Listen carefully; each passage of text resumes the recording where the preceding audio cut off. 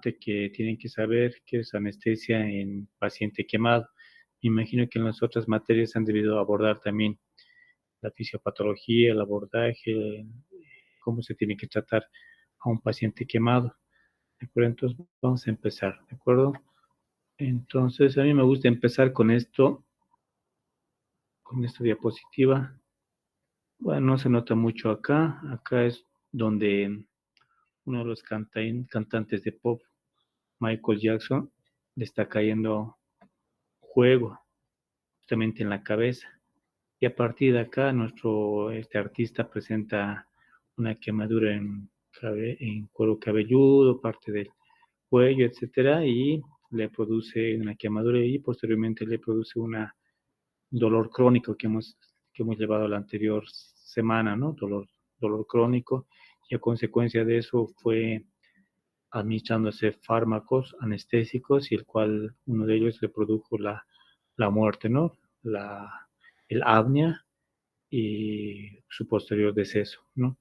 Entonces, una de las patologías muy frecuentes es la quemadura. Me imagino o estoy seguro que en sus rotaciones, ya como médicos, van a tener este tipo de pacientes y saber abordar y reconocer es importante. Bueno, la introducción. El manejo anestésico efectivo requiere una cuidadosa valoración preoperatoria. Todo procedimiento, todo paciente que va a ser quemado, dependiendo, vamos a ver quiénes entran a quirófano y quiénes no, van a necesitar una valoración preoperatoria cuidadosa, ¿ya? Tenemos que realizar un plan anestésico adecuado para este tipo de paciente, tomando en cuenta siempre la vía, el exceso venoso, el grado de quemadura, el requerimiento de sangre, etcétera, ¿no? Obvio, no hay compromisos hemodinámicos, hay cambios fisiopatológicos en un paciente quemado, ¿no? Dependerá si es un gran quemado, un quemado leve, etcétera, ¿no? Dependerá de la profundidad, etcétera, todos esos aspectos. En los periodos iniciales y posteriores al cierre de las heridas, el manejo va a ser muy diferente, ¿no? En periodos iniciales se va a tener que realizar la hidratación a este paciente. Como vamos a ver, la fisiopatología, eh, este tipo de pacientes tienen shock, ¿no? Un shock hipovolémico por la pérdida, gran cantidad de pérdida de agua que vayan a tener. Y posteriormente igual hay pérdida de agua, incluso 4 litros al día, ¿no? Porque la piel, uno de los órganos más importantes es la piel, ¿no? Que es un órgano más importante que pesa 1200 gramos, 1,2 kg, que tiene una aproximación, si lo extendemos, ¿no? Como una alfombra, vamos a tener 4 metros cuadrados, lo que nos dice, ¿no?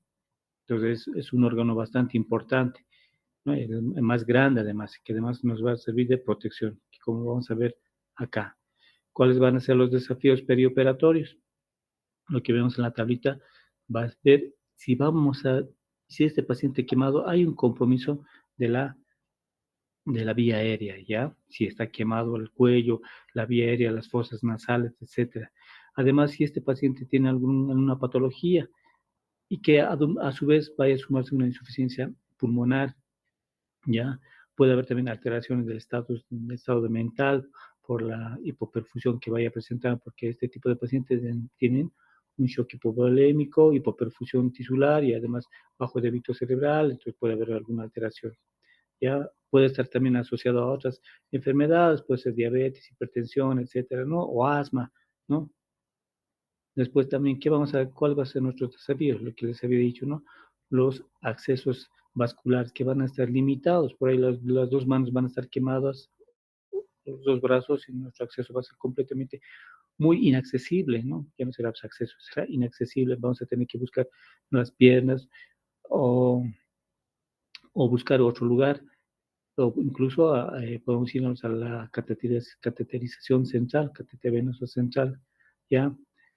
Pérdida rápida de sangre, porque les había dicho que el órgano más importante es la piel, ¿no? Y al estar destruida la piel, dependiendo si es un grado grave, vamos a ver una gran pérdida de sangre, ¿ya? Después, ¿qué vamos a tener? Ahí está la hipovolemia, o miren, ¿no? Por la hipovolemia podemos tener también una alteración cardíaca, ¿no? Un infarto agudo de miocardio, también podemos tener anemia, ¿no? Después, una alteración en la presión coloide osmótica. Ya al segundo, a las 48 horas, nuestro paciente ya va a empezar a presentar edema, ¿no? Esto por la hipoalbuminemia que vaya a presentar nuestro paciente, edema, ¿no? Esas arritmias por la alteración que vamos a tener, porque ya hay una rabdomiólisis, ¿no?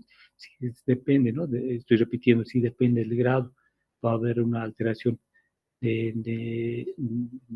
una arritmia, ¿no? Por el gran acúmulo que vaya a tener por el potasio, por la destrucción del músculo, aumento de la creatinquinasa, ¿ya? Y obviamente una alteración en la temperatura. Por ejemplo, la piel, una de sus funciones es esa, ¿no? Regular la temperatura. Después, ¿qué va a haber? Una alteración en la respuesta a las drogas que vayamos a administrar en nosotros. Puede haber una insuficiencia renal, esto secundaria a una hipovolemia, va a haber una inmunodepresión, y esto es lo más grave, ¿no? Riesgo de infección, porque la piel tiene esa función también, ¿no? De proteger. Entonces, todo esto va a ir eh, a una quemadura. Bueno, lo que decíamos, ¿no? ¿Cuáles van a ser las funciones de la piel? Van a ser de protección, van a ser inmunológicas.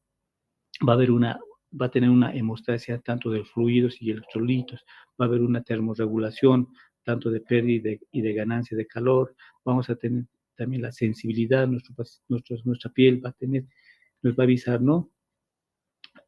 Porque vamos a tener receptores a nivel de la piel. Además vamos a tener también metabolismo, ¿no? La vitamina D para la síntesis ¿no? De otras sustancias, ¿no? Especialmente el calcio.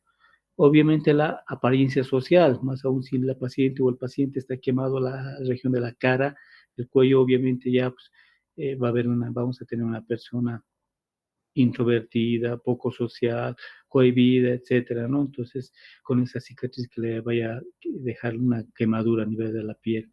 Entonces, todos estos son las funciones, ¿no? De la piel. Entonces, conservarla es de vital importancia. Nosotros como médicos tenemos que tener mucho cuidado, ¿no? Tomando en cuenta todas esas funciones de la piel. Bueno, vámonos a la clasificación de las quemaduras en función a los agentes. La clasificación será desde, no, desde varios puntos de vista, ¿no? En esta parte lo que vas a ver de acuerdo a la función a agentes que ha producido la quemadura. Podemos tener térmicas, calor o frío. Sí, el frío también quema, ¿no? En la mañana seguramente ustedes cuando van a clases ya van a sentir en el mes de mayo, junio, el calor, la carita les va a quemar, ¿no? Y por congelación. El calor de igual manera, ¿no? Líquidos calientes, juego directo, etcétera, ¿no? Puede llegar a producir la quemadura. Eléctricas, ¿no? Esto ya a nivel en las industrias o en atmósferas, a alguien que está trabajando con electricidad de igual manera puede producir quemaduras eléctricas, ¿no? Y esto, como vamos a ver, no se ve, ¿no? La quemadura eléctrica pasa de un lado al otro extremo y no se ve superficialmente, pero si es de alta tensión, obviamente va a producir incluso fracturas, ¿no? Quemaduras por químicos, ¿no? Productos químicos, ya sean ácidos, bases o gases, ¿no? Puede llegar a también producir quemaduras, dependiendo del tiempo de contacto especialmente, ¿no? Del tiempo. Las radioactivas, ¿no? Esto ya los profesionales técnicos radiólogos o médicos imagenólogos están expuestos, ¿no? A la radiación X, ahí está la radiación X, que puede estar o están presentes, ¿no? Por eso utilizan siempre sus mandiles o están alejados siempre de las fuentes de radiación. Las radiaciones ionizantes se llaman, ¿no? Radiación por isótopos, que es donde tenemos acá, tenemos uno en el medicina nuclear frente al Estado Mayor, ¿no? Un departamento donde manejan radioisótopos. Ahí también se puede producir quemaduras. O lo más frecuente, quemaduras por sol. Seguramente hoy día salieron a pasear en la mañana, creo que estaba haciendo solcito, se quemaron también, ¿no? Allí. Todo eso tenemos. Vamos a ver las quemaduras de acuerdo a su profundidad, ¿no? De acuerdo a la profundidad vamos a tener grado 1, 2, 3 y 4. Grado 1 dependerá solamente, será una quemadura a nivel de la epidermis, ¿no? Como les decía, seguramente hoy día salieron al solcito, se les quemó y ahorita les está molestando, está completamente roja la piel, ¿no? Les cuece poquito, pero es una quemadura de primer grado. No se necesita nada más, solamente compresas frías y nada más, ¿no? Y una quemadura de segundo grado, ¿qué va a hacer?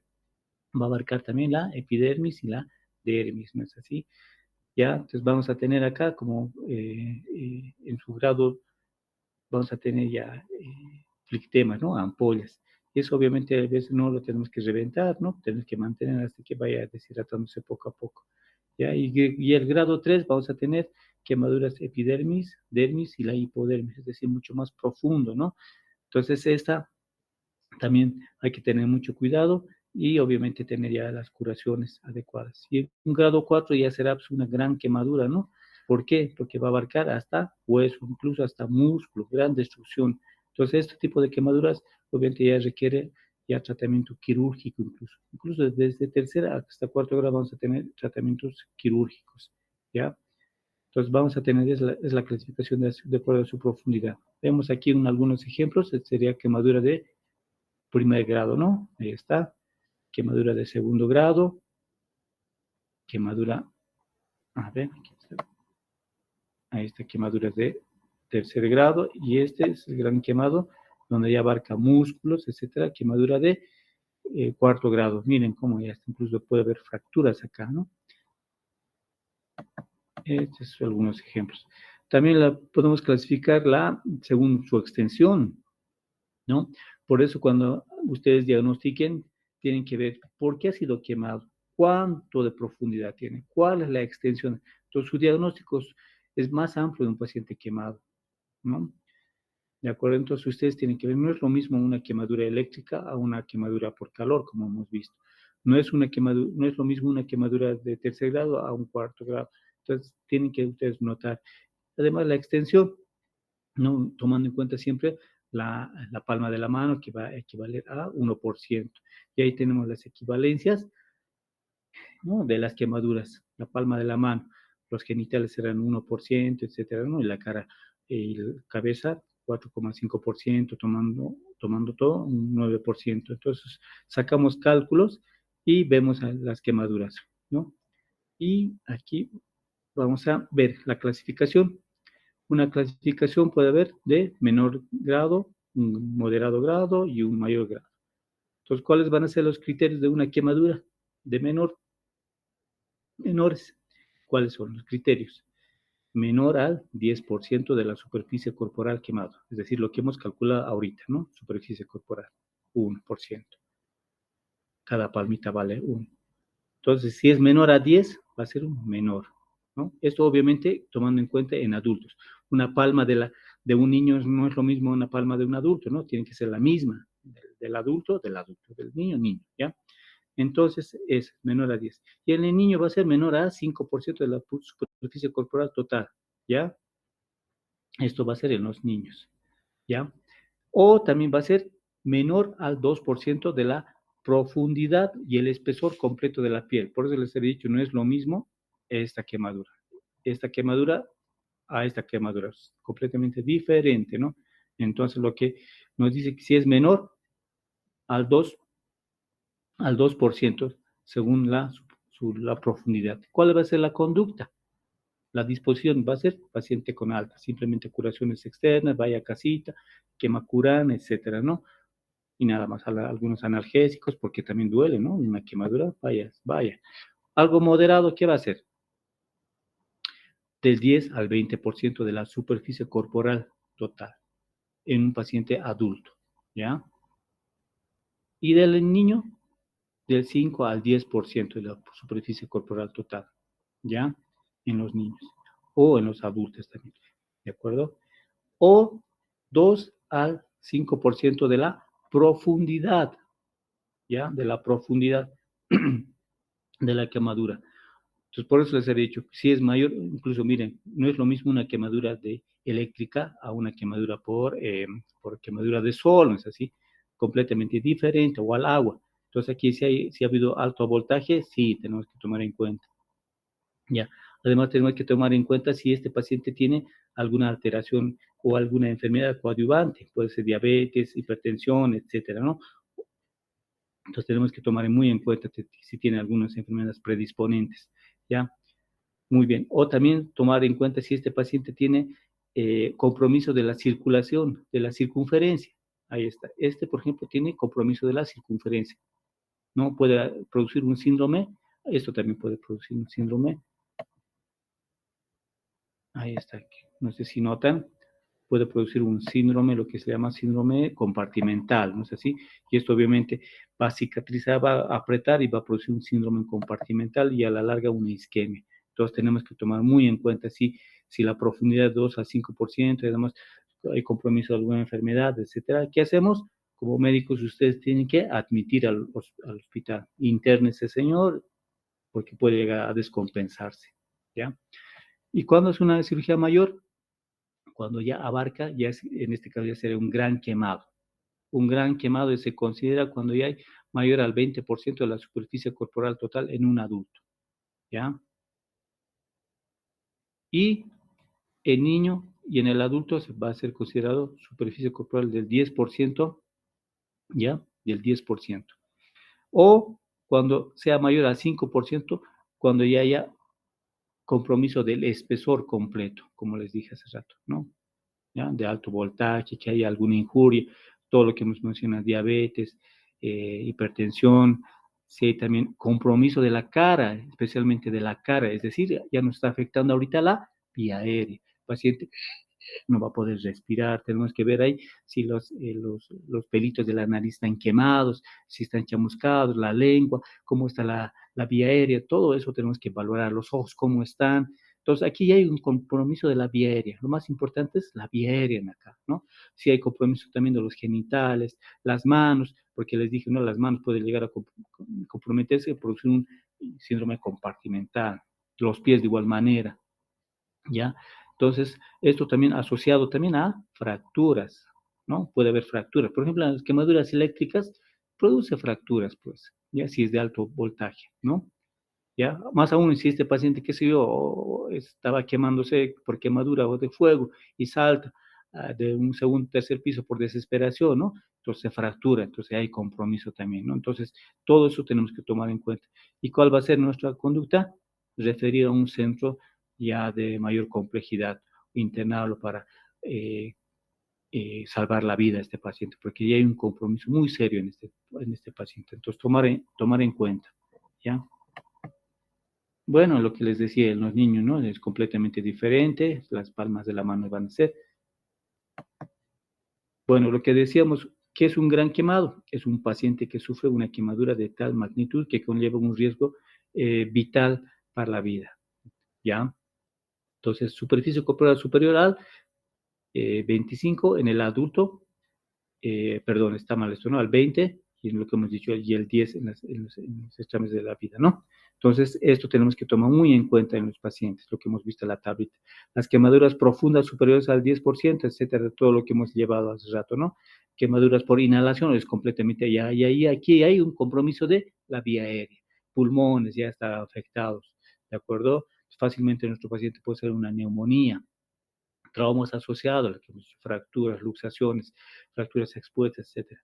Quemaduras con ASA2, es decir, ASA2 ya que tengan diabetes, hipertensión, obesidad, etcétera, ¿no? Lo que no sé si se acuerdan en la primera clase, ¿no? La clasificación de las ASAs, ¿quiénes entraban en ASAs? ASA2. Bueno, como ven acá, aquí hay compromiso de la vía aérea, el cuello, miren el cuello, y hay un compromiso y este paciente no va a poder extender fácilmente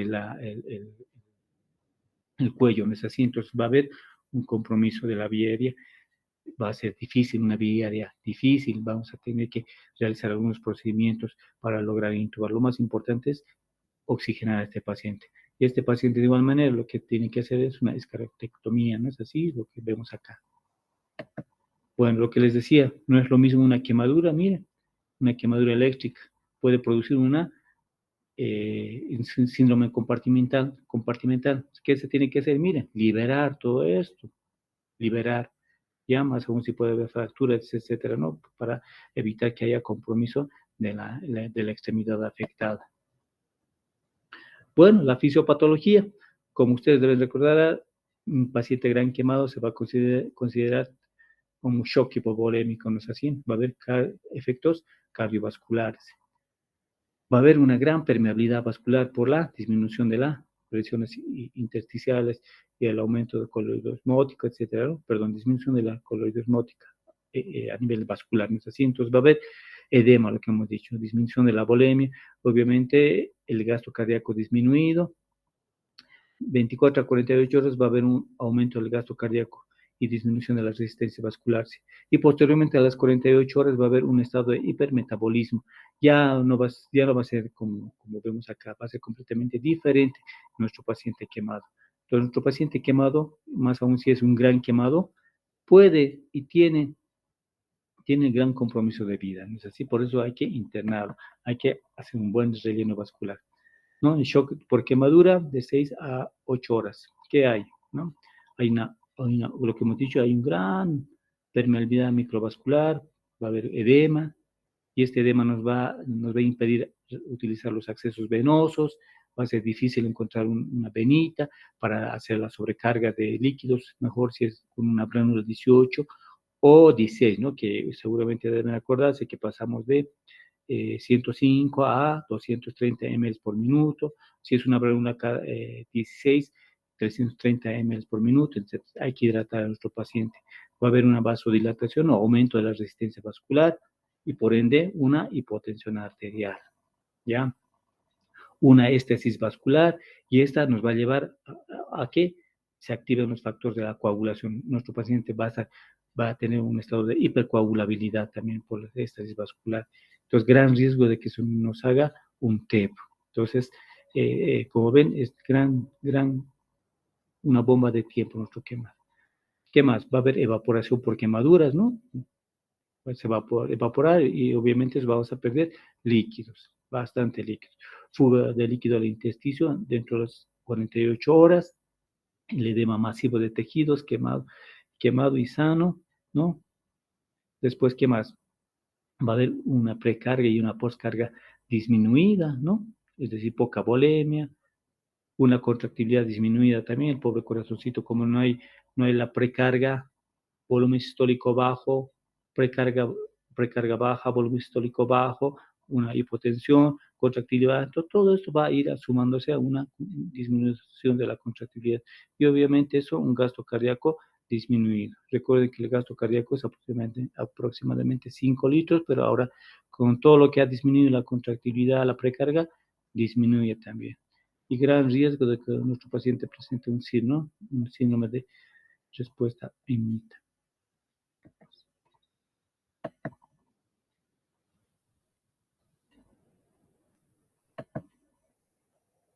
Ya, lo que hemos dicho, ¿no? Hay un estado de hipermetabolismo después de los 2 a 5 días, es decir, posterior a las 48 horas, va a haber un aumento de consumo de oxígeno, el paciente tiene que estar con oxígeno, si no, se nos descompensa, ¿no?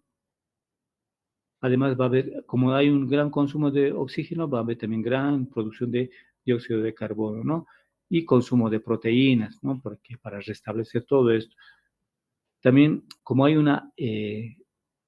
edema, la salida de líquidos a nivel de intersticio, vamos a tener una hemoconcentración, ¿no?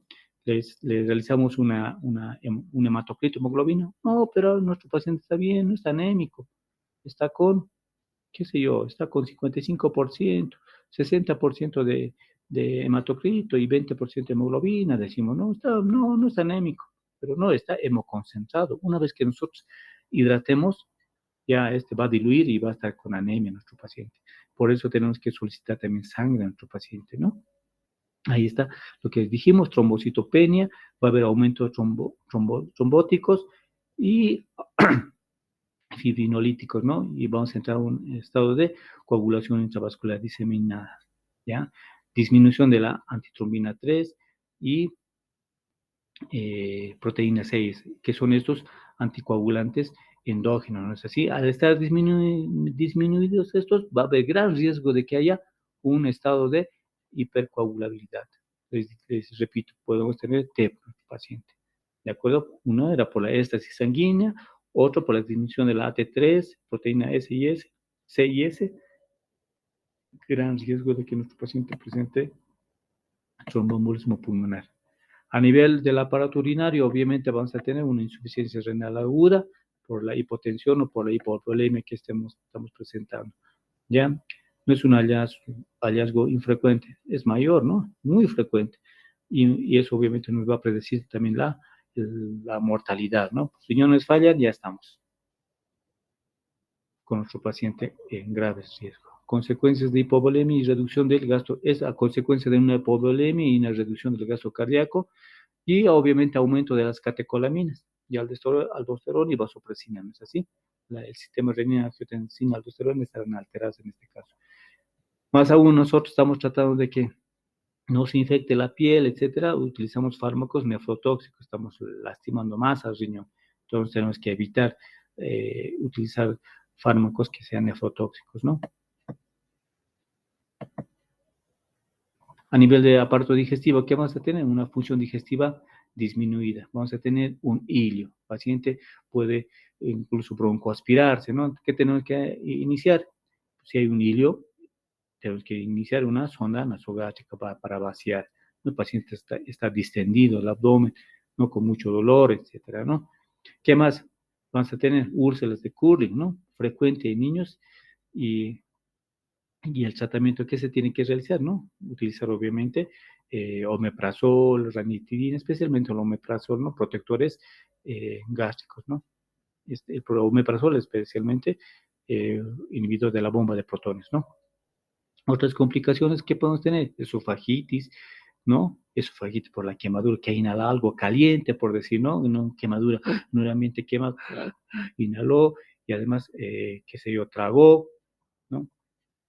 Al momento de nosotros de intubar al paciente, ¿qué hacemos? Este tejido está friable, la tráquea está muy friable, ¿qué pasa? Se nos va hasta el esófago, puede producir unas fístulas traqueoesofágicas, ¿no?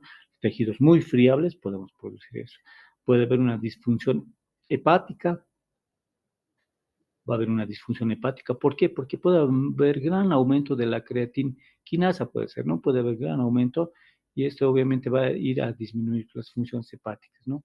Vamos a tener también pancreatitis, una trombosis mesentérica, que hemos dicho por la también, eh, alteración de la coagulación, ¿no? Infecciones, invasión bacteriana, septicemia por el mismo hilio, ¿no? Con los gérmenes más frecuentes van a ser esos, ¿no? Los estafilococos, estreptococos, etcétera, ¿no? Y especialmente gran negativos. Y ya, ¿cómo tenemos que evaluar? Lo primero, cuando abordemos a un paciente quemado, vamos a abordar la vía respiratoria, ¿ya? Lo primero es, ¿cómo está la vía respiratoria? ¿Está conservada? ¿No se quemó la carita? Como hemos dicho, ¿no? No está, la cara está conservada, entonces ha habido o si no, ha habido exposición en un ambiente caliente, por decirlo, en zonas o en empresas, ¿no? Exposición a zonas calientes por lo menos a 300 grados centígrados o 100 grados de líquido, ¿no? De vapor. ¿Qué va a producir? Edema de la epiglotis. Obviamente eso va a ser, el paciente va a estar con disfonía. Hola, hola, no nos va a poder hablar, ¿no? Entonces, al momento de intubar nosotros podemos producir lo que les había dicho, ¿no? Las fístulas, ¿no? Puede haber también, tenemos que indagar, ¿no? Si ha habido quemaduras, si ha sido por químicos, ¿no? Amonio, óxido de azufre y el cloro. Estos van a formar ácidos que van a irritar la mucosa, pues. Les repito, puede haber una empresa grande que maneja todos estos químicos y el ambiente está lleno de estos gases y al inhalar lastiman la mucosa, ¿no? Lo vuelve friable, dificulta la respiración. ¿Y qué tenemos que realizar? Realizar la intubación orotraqueal. Lo principal es mantener la vía aérea. Vamos a tener también, si hay quemaduras de tórax, ¿no?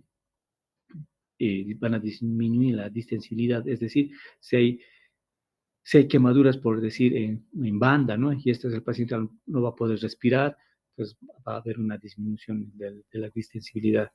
Va a haber también lesiones por humo, lesiones de cabeza, pelos nasales, lo que les decía, ¿no?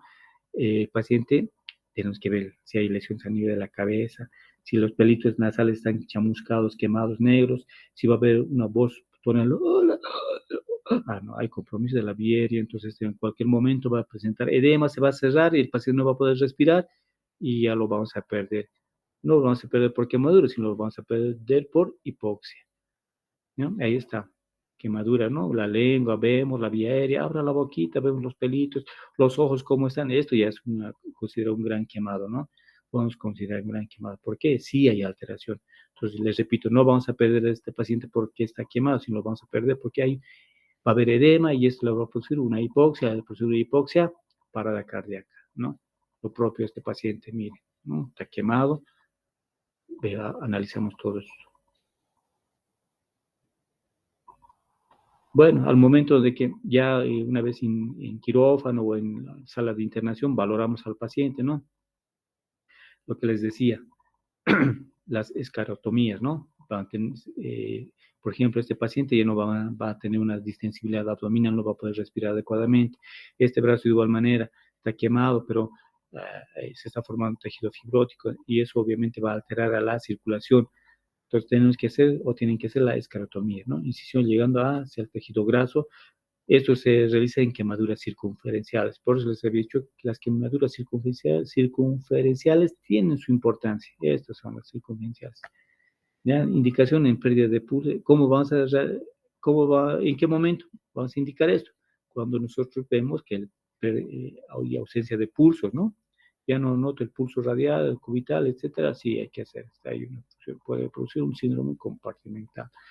Restricción de la pared, en el abdomen, en lo propio puede haber, ¿no? Entonces hay que hacer las esclerotomías. Miren, este es un paciente que en gran quemado, ¿no? Cabeza y cuello. Miren, el cuello ya no va a poder extender. Se considera gran quemado, ya no vamos a poder extender. Ya se considera una vía aérea difícil, ¿no? Entonces, dramático estas imágenes. Bueno, esto es muy frecuente, ¿no? La quemadura o la intoxicación por monóxido de carbono, que ocurre más en domicilios, les va a ocurrir a ustedes, siempre llegan a los hospitales, monóxido de carbono, que están ahí calentándose con gas, se duermen o se duermen con la estufa prendida y se acaba el agua y listo, el monóxido de carbono. ¿Qué es lo que ocurre? Y llegan ustedes y llega al hospital, ustedes hacen la valoración, y está el paciente, lo valoran con la oximetría de pulso, ¿qué es lo que encuentran? Encuentran una hemoglobina normal, que es una saturación pulso de oxígeno, es decir, con el oxímetro de pulso normal. Dice, no, está normal este paciente, pero ¿qué es lo que ha ocurrido? ¿Qué es lo que está captando? Está captando la carboxihemoglobina. ¿Qué es lo que ha ocurrido? El monóxido de carbono se une fuertemente a la hemoglobina, pues. La hemoglobina, ¿qué tiene que cargar? Tiene que cargar, llevar oxígeno, pero en este caso lo ha desplazado al monóxido de carbono, desplaza al oxígeno. Y eso va a producir una hipoxemia tisular, ¿no? La hemoglobina y la carboxihemoglobina, como les dije, absorben la misma luz de longitud de la onda en los oxímetros de pulso. Por eso hay rato no captamos, no, está normal, pero ya tener el antecedente que hay intoxicación por monóxidos de carbono, ¿qué tenemos que hacer? Tratamiento sencillo. El tratamiento es solamente darle administración de oxígeno al 100%, dentro de 100%, ¿no? Por máscara, con bolsas reservorio, vamos a tener un FiO2 bastante elevado y este monóxido de carbono se va a separar de la hemoglobina, ¿no? Y el paciente ya no va a entrar en hipoxia tisular, no se va a morir. Pero ¿qué es lo que pasa si ustedes lo dejan? No, está saturando bien, lo dejaremos ahí nomás sin oxígeno, pero la FiO2, 21% que tenemos ahorita ambiente, a las 6 horas el paciente ya va a estar muerto, ¿no? Muere por hipoxia tisular. Entonces, sí, siempre den oxígeno cuando hay antecedentes de intoxicación por monóxido de carbono. En 30 minutos va a desplazar. En cambio, si ustedes están con FiO2 ahorita al 100%, ustedes están respirando, va a desplazar en 6 horas, incluso menos, el paciente va a morir, ¿ya? Entonces, todo eso es las recomendaciones que se les hace en pacientes quemados también. El cianuro de hidrógeno, gas tóxico, este es igual otro gas, ¿no? Que va a ir a desplazar al citocromo P450, va a inhibir la oxigenación celular, ¿no? Entonces, igual hay que tomar muy en cuenta este, cuando hay intoxicación o quemaduras por cianuro de hidrógeno. Bueno, una vez que nosotros hemos identificado las quemaduras, tenemos que iniciar tratamiento, dependiendo si es gran quemado, etcétera o no. En el gran quemado que hemos dicho, era la superficie corporal considerable, ¿no? Estas son las fórmulas que nos dicen las guías, ¿no? Pero las más frecuentes van a ser las de Parlan y de Brook, ¿no? Estas pueden ser. Pero, ¿qué es lo que nos dice de Parlan? Tenemos que utilizar Ringer lactato, ¿no es así? Ya con mis estudiantes hemos repasado, siempre repasamos, ¿no? El Ringer lactato, ¿qué componentes tiene, no? Tendrá sodio, potasio, cloro, bicarbonato, que es lactato, calcio, ¿no? Casi similares al plasma sanguíneo, ¿no? Por eso utilizamos Ringer lactato, dice, ¿no? ¿A cuánto? A 4 ml por kilogramo de peso por superficie corporal total, ¿no? No vamos a utilizar coloides, tampoco se utiliza, no tiene glucosa, ¿no? Esto obviamente lo vamos a repartir en todo lo que hemos calculado, vamos a repartir pues, el 50% en las 8 horas y el 50% en las 16 horas, ¿no? Esto obviamente es lo que estamos calculando, va a ser para 24 horas, ¿no? El de Brook ya es un poquito menos, ¿no? Nos dice 3 ml por kilogramo de peso, de igual manera repartidos. Esto lo hacían más cuando Estados Unidos estaba en Vietnam, ¿no? En la guerra del Vietnam. Decían, ¿por qué para no edematizar? Decían, ¿no? Les daba muy buenos resultados en los soldados heridos. Pero nosotros nos quedamos siempre con la de Parla, ¿no? Creo que ha dado mayores resultados, mejores resultados. Aquí está. Hidratación con Ringer lactato, la fórmula ahí está. La mitad de lo calculado, las primeras 8 horas vamos a calcular, ¿ya? Y en las 16 horas el restante, ¿de acuerdo? Ya. Muy bien. Hay otra también, una fórmula, ¿no? Lo que dije, Brookhart. Aquí nos dice también que podemos utilizar, o la otra era modificada, ¿no? Y esta ya es la que nos dice, con coloides, pero este no es muy utilizado, ¿no? Coloides 5 ml por kilogramo de peso por superficie corporal total. Ahí también tenemos que utilizar el Ringer lactato, porque el Ringer lactato les dije que tiene similar a nuestro plasma, ¿no? Los electrolitos a 1,5, un poco más, menos, ¿no? Y glucosa 5%, ¿no? 200 ml por pérdidas insensibles. Y para niños es completamente diferente, ¿ya? La fórmula para niños, el Parlag es 3 ml por kilogramo de peso por superficie corporal, el 50% en las primeras 8 horas y el resto por 16 horas, ¿no? 3 ml ya nos ponen, ¿no? Ya no es 4 horas. Parlag modificado también nos dice, pero miren, 4 ml por kilogramo de peso más 500 ml. Si ustedes sacan cálculos, me parece mucho más elevado, ¿no? Es mucho más. 50% y es lo mismo, ¿no? Pero es mucho más. Esto obviamente dependerá de la evaluación clínica que ustedes vayan realizando, ¿no? No es muy confiable, no sé, no, las guías dicen que no. Hay que valorar al paciente, podemos causar edemas, pero me parece mucho, ¿no? 4 ml más 500 ml por superficie corporal metro cuadrado. Entonces hay que valorar. Pero nos quedaremos nosotros con Parlan, ¿no? Parlan de 3 y el Parlan de 4 para adultos. ¿De acuerdo? Una vez que nosotros hemos hidratado al paciente, tenemos que realizar el tratamiento de las quemaduras. Ya les dije, resección y el injerto temprano reducen la mortalidad, ¿no? La resección de la piel muerta para que no produzca infecciones, ¿no? Y el injerto temprano, cubrir toda esa región donde está eh, ya muerta, descubierta, entonces hacemos un injerto, ¿no? O lo injerto dependerá y va a reducir, y obviamente nuestro paciente va a estar rápidamente con alta. Tenemos que corregir los desequilibrios hidroelectrolíticos y la acidosis, ¿no? Y la coagulopatía. Tener siempre paquetes regulares. No, perder sangre, solamente es un injerto. No, al momento incluso de realizar los injertos, pierden gran cantidad de sangre. Tenemos que pedir siempre, más aún si es un niño, ya, o los extremos de la vida especialmente. Vamos a solicitar sangre, ya paquetes globulares compatibles. No, está normal, está 48 hematocrito. No. Y recuerden que puede estar hemoconcentrado, este paciente puede estar anémico, ¿ya? Entonces siempre vamos a pedir paquetes globulares, ¿ya? Vamos a dar también tratamiento antibiótico terapia, reducción de para la reducción de la colonización de bacterias, vamos a utilizar esto, el quemacurán, si ustedes lo han debido ver. El quemacurán es también es un antibiótico, una sulfa, ¿no? Sulfadiazina argentínica, ¿no? Más, ahí está lidocaína. Lidocaína es un anestésico local, ¿no? Tópico que van a utilizar para calmar el dolor, ¿no? Entonces, va muy bien, ¿no? La sulfadiazina argentínica, el famoso quemacuran L, más lidocaína. Otras consideraciones relacionadas con la anestesia, ¿qué más van a tener? Les dije, la edad, los extremos de la vida realmente son muy importantes, ¿no? Niños y ancianos, o que tengan algunas enfermedades preexistentes, que hemos repetido las primeras diapositivas, ¿no? Diabetes, hipertensión, asma, etcétera, ¿no? O infartos recientes. Tenemos que, les repito otra vez, valorar la vía aérea, ¿no? Valorar la vía aérea. Nosotros al momento de realizar que el paciente entra a quirófano, hacer las curaciones interdiarias o cada tercer día, valoramos la vía aérea, ¿no?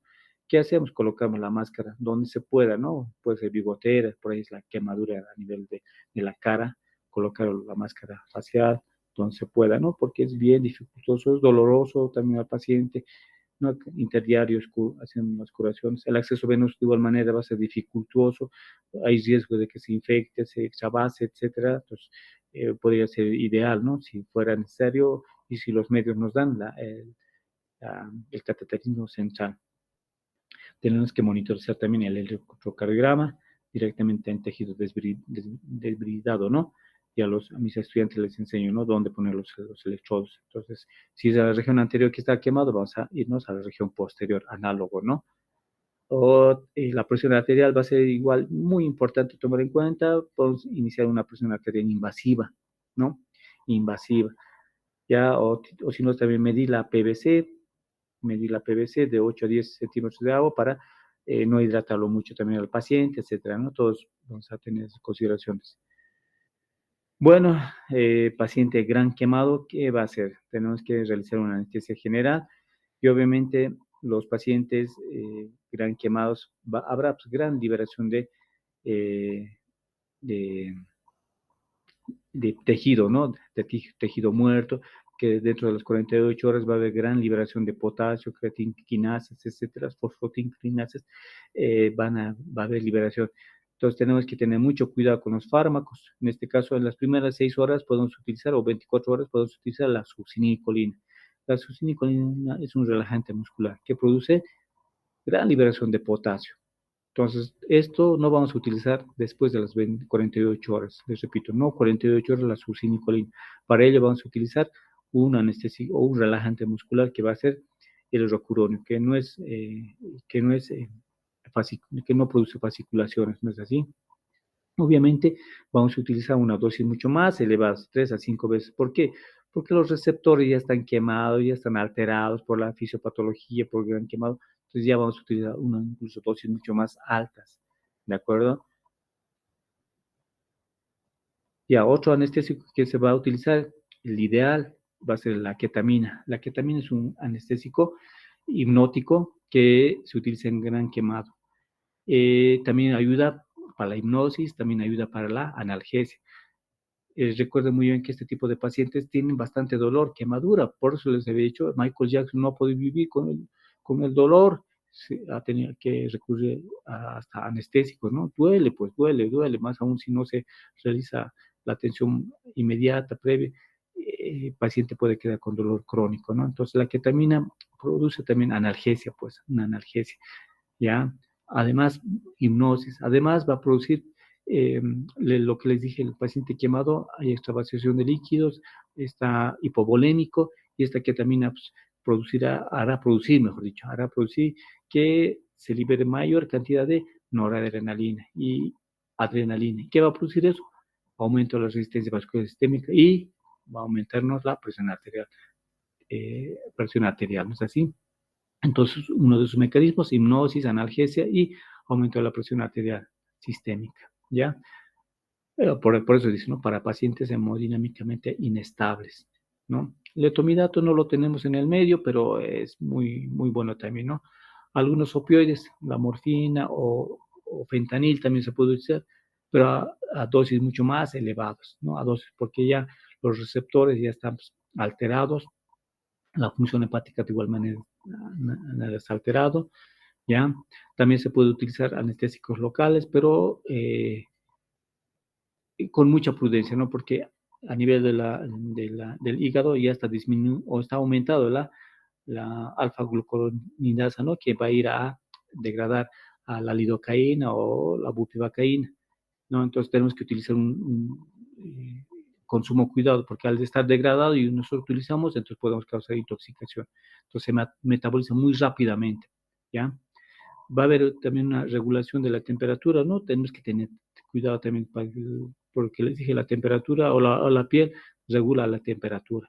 Al estar alterado esta función de la piel, vamos a tener pues, un paciente que va a salir temblando, frío, tenemos que tener un ambiente tibio, ¿no? Vamos a tener también inmunodepresión, permanece durante las semanas o meses de la quemadura, ¿no es así? Buen tratamiento antibiótico terapia, si no, hacer cultivos de las zonas para poder tener buen, buena cobertura antibacteriana. ¿Qué más tenemos? Bueno, ya, rápido. Bueno, ya terminamos eso. Sería algunas consideraciones con la anestesia y el gran quemado. Bueno, ¿alguna pregunta? ¿Dudas?